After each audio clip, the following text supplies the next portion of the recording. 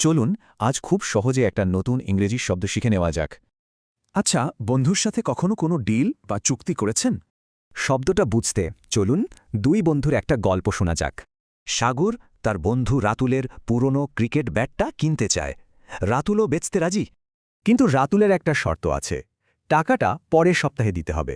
এই যে কোনো চুক্তিতে একটা নির্দিষ্ট শর্ত জুড়ে দেওয়া, এর জন্য একটা ফর্মাল ইংরেজি শব্দ আছে, আর সেই শব্দটা হলো স্টিপুলেট, মানে কোনো চুক্তিতে একটা নির্দিষ্ট শর্ত বেঁধে দেওয়া।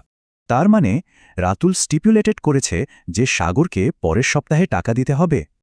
স্টিপুলেট শব্দটা কিন্তু বেশ ফর্মাল, সাধারণত ব্যবসা বা আইনের ক্ষেত্রে ব্যবহার হয়। যেমন এই বাক্যটা দেখুন, এখানে বলা হচ্ছে জিনিস ডেলিভারির ৩০ দিনের মধ্যে পেমেন্ট করতে হবে। বাড়ি ভাড়ার চুক্তিতেও এমন শর্ত থাকে, যেমন ভাড়াটিয়াকে বাড়িটা ঠিকঠাক রাখতে হবে। এই চুক্তিতে আবার স্টিপুলেট করা হয়েছে যে প্রজেক্টটা ৩ মাসের মধ্যে শেষ করতে হবে। আচ্ছা, এই যে শর্ত বা নিয়মটা, শুধু নিয়মটাকে কি বলে? তাকে বলে স্টিপুলেশন। এটা হলো চুক্তির মধ্যে থাকা নির্দিষ্ট শর্ত বা নিয়মটা। তাহলে রাতুলের শর্তটা কি ছিল? পরের সপ্তাহে টাকা দেওয়া। এটাই হলো স্টিপুলেশন। পার্থক্যটা সহজ।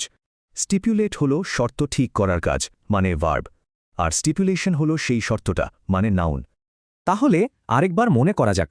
স্টিপুলেট মানে হলো কোনো চুক্তিতে শর্ত ঠিক করা।